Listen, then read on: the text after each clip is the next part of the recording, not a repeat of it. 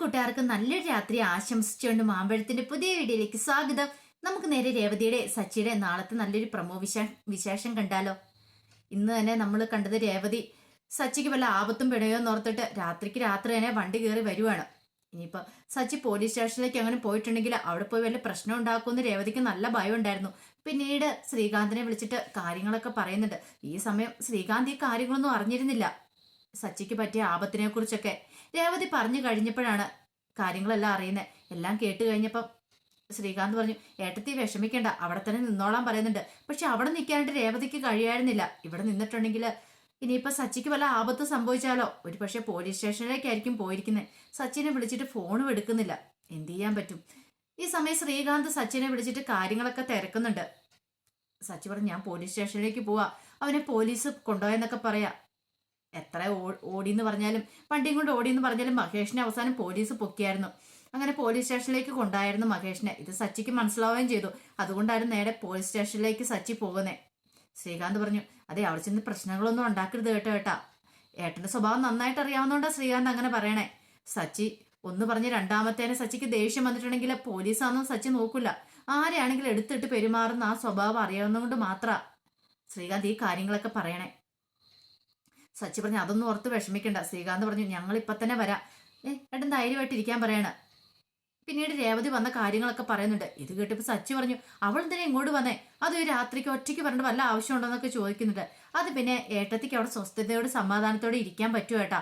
ഏട്ടൻ എന്തെങ്കിലും ആപത്ത് പറ്റിയെന്ന് അറിഞ്ഞിട്ടുണ്ടെങ്കിൽ ഏട്ടന്റെ ഭാര്യയല്ലേ, അതുകൊണ്ട് ഏട്ടത്തിക്ക് നന്നായിട്ട് അറിയാം ഏട്ടന്റെ സ്വഭാവം. അതുകൊണ്ടാണ് ഇങ്ങോട്ട് വന്ന്.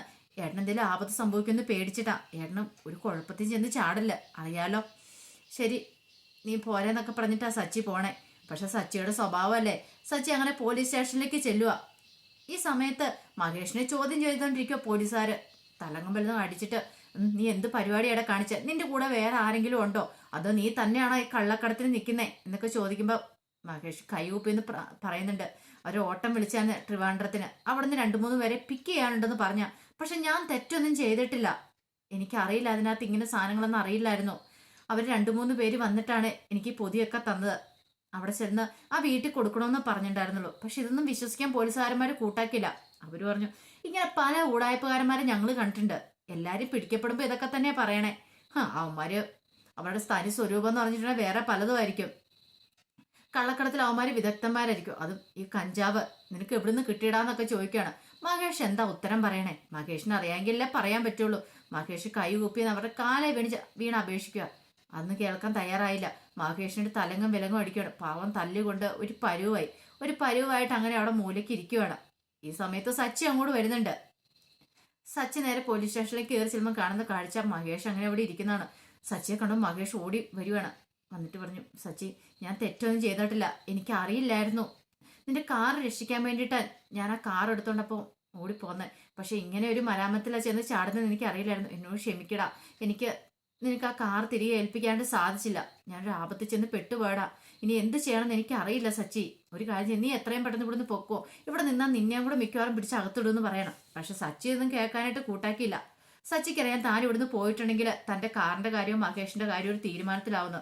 ഇതാരോ മനഃപൂർവ്വം ഒരു ചതി ഉണ്ടാക്കിയിരിക്കുന്ന. മഹേഷിനോട് പേടിക്കാൻ നിൽക്കുക. ഞാൻ അവിടെ പോലീസുകാരോടൊന്ന് ചോദിക്കട്ടെ എന്ന് പറയണം. പിന്നീട് അകത്തേക്ക് എറിച്ചിട്ട് പോലീസുകാരോട് സംസാരിക്കുന്നുണ്ട്. ഈ സമയത്ത് പോലീസുകാർ എന്ത് ചെയ്യുവാണ്? സച്ചിയോട് ചോദിച്ചു, നീ ആരാ എന്താന്നൊക്കെ ചോദിക്കുകയാണ്. സാറേ, അത് എന്റെ വണ്ടിയാ. ഞാൻ നാട്ടിൽ പോയ സമയത്ത് ഇവനൊന്ന് ഓടാൻ കൊടുത്താണ്. ആ സമയത്ത് ഇങ്ങനെയൊക്കെ പ്രശ്നങ്ങളുണ്ടായത്. ഓഹോ, അപ്പൊ നീ ആയിരുന്നു ഇതൊക്കെ കടത്തിയതല്ലെന്ന് ചോദിക്കുകയാണ്. സാറേ, ഞാൻ അറിഞ്ഞിട്ട് പോലുള്ള കാര്യമല്ല സാറേ. എനിക്ക് ആ വണ്ടി വിട്ടു തരണം, ഇവനെയും വിട്ടു തരണം. അങ്ങനെ വണ്ടി ഒന്നും വിട്ടുതരാൻ പറ്റുന്ന കാര്യമില്ല. അതൊക്കെ വേണേ കോടതിയിൽ പോയി കേസ് വാദിച്ച് ജയിച്ച് വണ്ടി കൊണ്ടുപോയിക്കോളാൻ പറയണം. സാറേ, അങ്ങനെ പറയരുത്. എന്റെ ജീവിത പ്രശ്നം അത്. ഞങ്ങളുടെ കുടുംബത്തിന് ഏക വരുമാനം ഇതാണ്. ഈ വണ്ടി പോയിട്ടുണ്ടെങ്കിൽ കുടുംബം പട്ടിണിയായപ്പോ സാറേ.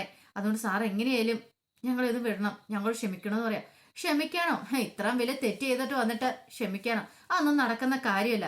ഒരു കാര്യം ചെയ്ത് വന്നതല്ലേ, നീയും കൂടെ ഇവിടെ കിടന്നു. നിനക്കൂടെ ഇതിനകത്ത് പങ്കുണ്ടായിരിക്കും. നീ ആയിരിക്കും മിക്കവാറും ഇതിന്റെ മുഖ്യ സൂത്രധാരനല്ലേന്ന് ചോദിക്കുന്നുണ്ട്. സാറേ, ഞാനൊരു തെറ്റും ചെയ്തിട്ടില്ല എന്ന് പറയണം. ഈ സമയത്താണ് ഒരാൾ അങ്ങോട്ട് കടന്നു വരുന്നത്. അയാൾ വന്നിട്ട് ചോദിച്ചല്ല, എന്താ ഇവിടെ എന്താന്ന് ചോദിക്കുമ്പോഴത്തേന്, ഇതേ വണ്ടിക്കകത്ത് കഞ്ചാവ് കടത്തിക്കൊണ്ട് വന്ന ഒരുത്തരാ നിൽക്കുന്നേ. ഈ കാറിന്റെ ഉടമ ഇവനെന്ന് പറയാണ്. ഓഹോ, അങ്ങനെയാണ് കാര്യങ്ങളല്ലേ. പിന്നീട് മഹേഷിന്റെ അടുത്ത് എന്നിട്ട് ചോദിച്ചു, അല്ല, നിനക്ക് എവിടെ നിന്നാണ് അത് കിട്ടിയത്? സാറേ, എനിക്ക് കിട്ടിയൊന്നുമില്ല. എനിക്ക് അറിയത്തുമില്ല അതിനെക്കുറിച്ച്. എൻ്റെ കാറിനകത്ത് രണ്ടുപേരും ഓട്ടം വിളിച്ചു കഴിഞ്ഞപ്പോൾ അവന്മാർ വെച്ചാന്നാണ് കള്ളത്തരം പറയുന്നോടാന്ന് ചോദിച്ചോണ്ട് എന്ത് ചെയ്യും, മഹേഷിനെ കർണ തുറന്നങ്ങ് പൊട്ടിക്കണം. മഹേഷിനെ അടിക്കുന്ന കണ്ടപ്പോൾ സച്ചിക്ക് സഹിച്ചില്ല. സച്ചി അങ്ങോട്ട് എന്നിട്ട് അതിന് പോലീസുകാരനാണ്. സച്ചിക്ക് അറിയില്ലായിരുന്നു യൂണിഫോം ഇടാതെ വന്നുകൊണ്ട്. സച്ചി ഓർത്ത് എന്താ വേറെ ആരോ അവിടുത്തെ ഏതോ സാറാന്ന് കരുതി സച്ചി എന്ത് ചെയ്യണം, ആ പോലീസുകാരനെ കർണം നോക്കി അവൻ കൊടുക്കുവാണ്. ഇത് കണ്ടതും സച്ചിനെ അവിടെ എല്ലാം എടുത്തിട്ട് പെരുമാറുക. സച്ചി എന്തിനാ എന്നെ തല്ലുന്ന, എന്തിനാ എന്തേ അവനെ തല്ല, അവൻ എൻ്റെ കൂട്ടുകാരനെ തല്ലിയത് കണ്ടില്ലേ നിൽക്കണം. അവൻ ആരാന്ന് നീയൊക്കെ വിചാരിച്ചേ, അത് ഇവിടുത്തെ SI ആന്ന് പറയണം. പിന്നീട് അവിടെ ഒരു പൊടി പൂരമാണ് നടന്നത്. എല്ലാവരും കൂടെ കൂടിയിട്ട് സച്ചിനെ എടുത്തിട്ട് പെരുമാറുവാണ്. സച്ചിക്ക് എന്ത് ചെയ്യണമെന്ന് അറിയത്തില്ലാത്ത വല്ലാത്തൊരവസ്ഥയൊക്കെ ആയിപ്പോയി. അവിടുന്ന് രക്ഷപ്പെടാനും പറ്റില്ല. ആകെപ്പാടെ ഒരു പെട്ട അവസ്ഥ. ഈ സമയത്ത് രേവതി അങ്ങോട്ട് വന്ന് ഇറങ്ങുന്നേ. രേവതി വരുമ്പം കാണുന്ന കാഴ്ച സച്ചിനെ എടുത്തിട്ട് പെരുമാറുന്ന. ഇത് കണ്ട് രേവതി അങ്ങോട്ട് ഇടയ്ക്കേക്ക് ഓടിച്ചെന്ന് കയറുവാണ്. സാറേ വീട്, എൻ്റെ ഹസ്ബൻഡ് ഒരു തെറ്റും ചെയ്തിട്ടില്ല, അവര് എൻ്റെ കൂടെ വീട്ടിലായിരുന്നു, ആ സമയത്ത് എങ്ങനെയൊക്കെ സംഭവിച്ചെന്നൊക്കെ പറയുന്നുണ്ട്. പക്ഷെ രേവതിയുടെ വാക്ക് കേൾക്കാൻ കൂട്ടാക്കിയില്ലായിരുന്നു. രേവതി എൻ്റെ ഇടയ്ക്ക് കേട്ട് ആ പോലീസുകാരെ തടയുവാണ്. അപ്പൊ പോലീസുകാരെ തടഞ്ഞിട്ട് പോലീസുകാർ അപ്പത്തേനും രേവതിയുടെ കയ്യൊക്കെ പിടിച്ചു. നിനക്ക് ഇത്ര അഹങ്കാരമോ? നിന്റെ ഭർത്താവ് അത്ര നല്ലവനാണെങ്കിൽ ഇതുപോലത്തെ വൃത്തിയായിട്ട പരിപാടികളൊന്നും ചെയ്യില്ലല്ലോ. എന്നിട്ട് അവൾ ന്യായീകരിച്ചുകൊണ്ട് വന്നിരിക്കുന്നു. സാറേ ഒരു തെറ്റും ചെയ്യാത്ത അദ്ദേഹത്തിന് വെറുതെ പിടിച്ചിട്ട് തല്ലല്ല. അദ്ദേഹം എന്തെങ്കിലും ചെയ്തിട്ട് ഞാൻ ക്ഷമ ചോദിക്കുക. അതെ പറഞ്ഞു. ഓഹോ അപ്പൊ അങ്ങനെയാണ് കാര്യങ്ങളിലെ. അപ്പം അവൻ എന്നെ അടിച്ചാലും നിനക്ക് കുഴപ്പമൊന്നുമില്ല അല്ലേ എന്ന് ചോദിക്കുകയാണ്. സാറേ അറിയാതെ ചെയ്തു പോയ തെറ്റായിരിക്കും അത്. ഒരിക്കലും എൻ്റെ ഏട്ടൻ എൻ്റെ ഹസ്ബൻഡ് അങ്ങനെ ഒരിക്കലും ചെയ്യത്തില്ല. പാവം അദ്ദേഹം ഇങ്ങനെയൊന്നും ചെയ്യുന്ന ആളല്ല. സാറ അവര് വെറുതെ പറഞ്ഞ ഇനി തല്ലല്ലെന്ന് പറഞ്ഞുകൊണ്ട് രേവതി ഇടയ്ക്കേക്ക് കയറുമ്പോഴത്തേനും അയാൾ എന്ത് ചെയ്യണം, രേവതിനെ പിടിച്ചോണ്ട് മാറ്റിയെടുത്തിട്ട് ഇന്ന് നിന്നെ ഉണ്ടല്ലോ എന്ന് പറഞ്ഞ് അടിക്കാൻ തുടങ്ങുവാണ്. ഇത് കണ്ട സച്ചിക്ക് സഹിച്ചില്ല. രേവതിയുടെ നേരെ കൈ പൊക്കിയിട്ടുണ്ട സച്ചിക്ക് സഹിക്കുമോ? സച്ചി ആയ പോലീസുകാരുടെ കൈയെല്ലാം കയറി പിടിക്കും. എൻ്റെ ഭാര്യയുടെ നേരെ കൈ പൊക്കുന്നോടാന്ന് ചോദിച്ചോണ്ട്. പിന്നെ അതായിരുന്നു അടുത്ത പ്രശ്നം. ഒരു പ്രശ്നമൊന്നും ഒതുക്കി വരുന്ന സമയത്ത് അടുത്ത പ്രശ്നം കൂടെ അതായി തീർന്നു. പിന്നീട് സച്ചിനെ തലങ്ങും പലങ്ങും അടിക്കുക. രേവതിക്ക് സഹിച്ചില്ല. രേവതി വിട് സാറേ എന്ന് പറഞ്ഞ് കയ്യെ പിടിച്ച് അപേക്ഷിക്കുന്നുണ്ട്. പെട്ടെന്ന് ഒരു വനിതാ പോലീസുകാരി ഒന്ന് രേവതിനെ അങ്ങ് പിടിച്ചു മാറ്റിക്കൊണ്ട് പോവാ. അപ്പൊ രേവതി പറഞ്ഞു, എന്നെ വിട്, എനിക്ക് എൻ്റെ ഹസ്ബൻഡിനെ രക്ഷിക്കണം, അവര് തല്ലുന്ന കണ്ടില്ലേ, ഒന്ന് തല്ലല്ലെന്ന് പറ. അത് കണ്ടാൽ നമുക്ക് തന്നെ കണ്ണ് അറിഞ്ഞു പോകും. രേവതി അമ്മാതിരിയാണ് അവിടെ കിടന്ന് പറയണേ. പക്ഷെ രേവതി പറയുന്ന ഒന്നും കേൾക്കാനൊന്നും അവര് കൂട്ടാക്കുന്നുണ്ടായിരുന്നില്ല. രേവതിന് നേരെ പുറത്തേക്ക് വലിച്ചഴിച്ചുകൊണ്ട് അങ്ങോട്ട് വിടുവാണ്. ഈ സമയം രേവതി പറഞ്ഞു, എനിക്ക് എൻ്റെ ഭർത്താവിനെ വേണം, ഭർത്താവില്ലാതെ ഞാൻ പോയില്ല എന്ന് പറയുന്നുണ്ട്. പിന്നെ തിരിച്ച് വീണ്ടും കയറി വരുവാണ്. അപ്പൊ സച്ചി പറഞ്ഞു, രേവതി നീ ഇവിടെ നിൽക്കരുത്, പോകാൻ പറയുന്നുണ്ട്. പക്ഷെ അതൊന്നും കേൾക്കാൻ രേവതി കൂട്ടാക്കുന്നുണ്ടായിരുന്നില്ല. രേവതിക്ക് വല്ലാത്ത സങ്കടവും വിഷമമായിരുന്നു. സച്ചിക്ക് ഇങ്ങനെ ആപത്ത് സംഭവിക്കുമ്പോൾ രേവതിക്ക് അത് കണ്ടുകൊണ്ട് നിൽക്കാൻ പറ്റുമോ? രേവതിയായിട്ട് നല്ലത് കരയുന്നുണ്ട്. സച്ചിനെ വിടാൻ പറഞ്ഞിട്ട് സച്ചിനെ അടിച്ചൊരു പരുവാക്കി ആ മൂലക്കിലേക്ക് തള്ളുവാണ്. സച്ചിന്റെ മുഖമെല്ലാം ഇങ്ങനെ വേദന കൊണ്ട് ഇങ്ങനെ പൊളയുവാണ്. സച്ചിക്ക് മനസ്സിലായി ഇനി ഇവിടുന്ന് ഉടനെ ഒന്നും രക്ഷപ്പെടാൻ പറ്റില്ല. രേവതിയും കൂടെ വന്ന് പെട്ടുപോയി. എന്ത് ചെയ്യും? സച്ചി രേവതിനെ വിളിച്ചിട്ട് പോകാനൊക്കെ പറയുവാണ്. അവസാനം ഒരു വനിതാ പോലീസുകാർ വന്ന് രേവതിനെ പുറത്തേക്ക് അങ്ങോട്ട് കൊണ്ടുപോവാണ്. ഈ സമയത്താണ് ശ്രീകാന്തും ദേവും കൂടെ അങ്ങോട്ട് വരുന്നത്. രേവതി കരഞ്ഞുകൊണ്ട് ഓടിച്ചെന്ന് ദേവിനെ കെട്ടിപ്പിടിക്കുകയാണ്. ശ്രീകാന്ത് ചോദിച്ചു, എന്ത് പറ്റിയായിട്ട്, എന്താ പ്രശ്നം എന്നൊക്കെ ചോദിക്കുകയാണ്. പിന്നീട് അവിടെ നടന്ന കാര്യങ്ങളൊക്കെ പറയുമ്പോൾ ശ്രീകാന്തും ദേവും കൂടെ അകത്തേക്ക് കയറി ഓടുവാണ്. അപ്പൊ അതിന്റെ വിശേഷങ്ങളൊക്കെയാണ് നാളെ നമ്മൾ കാണാൻ പോകുന്നത്. ഇനിയിപ്പോൾ സച്ചിക്ക് എന്ത് സംഭവിക്കും?